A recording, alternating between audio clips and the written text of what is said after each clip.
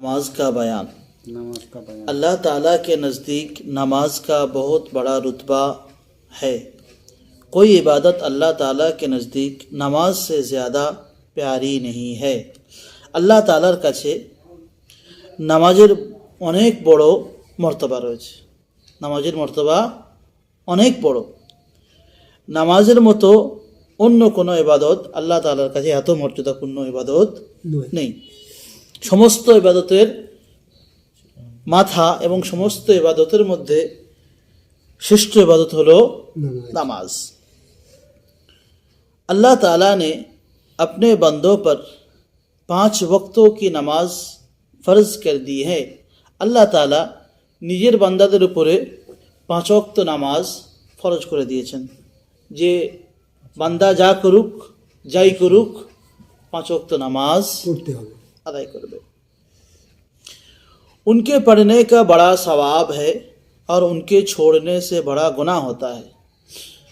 এই 5 ওয়াক্ত নামাজ পড়লে অনেক নেকি আছে আর এই নামাজগুলো ছেড়ে দিলে অনেক गुनाह হবে, गुनाह আছে। हदीस शरीफ में आया है कि जो कोई अच्छी तरह से वज़ू किया करे और खूब दिल लगाकर अच्छी तरह नमाज पढ़ा करे, क़यामत के दिन अल्लाह ताला उसके छोटे बड़े गुनाह सब गुनाह बख्श देगा।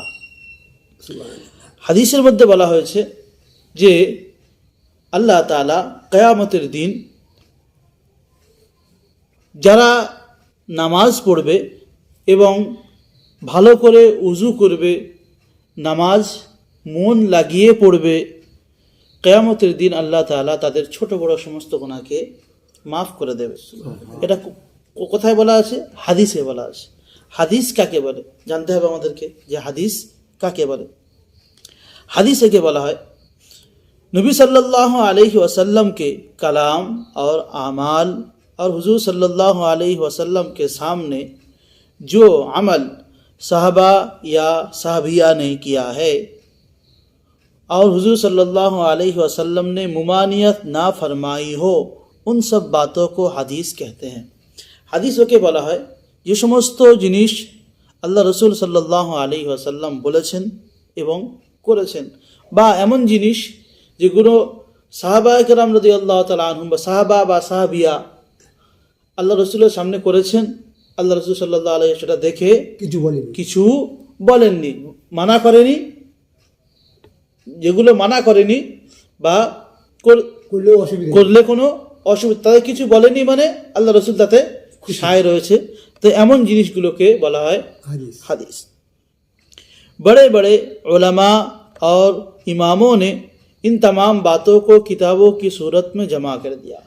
बड़ो बड़ो आलेम उलमा बा अनेक इमाम तो अनेक छिलो, আমরা একটা ইমামের অন্তর্ভুক্ত, আরও ইমাম রয়েছে।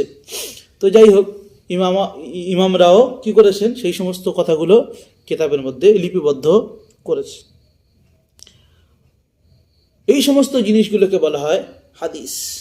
ও হাদিস কি কিতাবেं हैं। এই সমস্ত যে সমস্ত কিতাবের মধ্যে এগুলো লেখা হয়, যেগুলো কিসের কিতাব বলা হয়? হাদিসের কিতাব বলা হয়।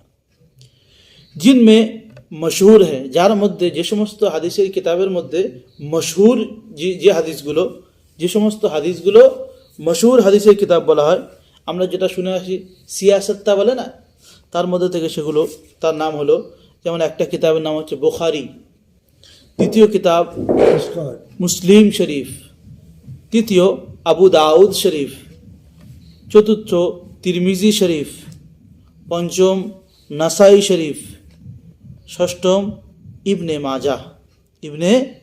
মাজা শরীফ। তারপরে আরও একটা কিতাবের নাম দিয়েছে এখানে মুয়াত্তা ইমাম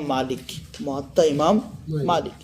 এই সমস্ত কিতাবগুলো সব কি না সুন্নত না, হাদিসের কিতাব। এই সমস্ত হাদিসের কিতাব, আর এই সমস্ত কিতাবগুলো ইমাম নির্ধারিত কিতাব।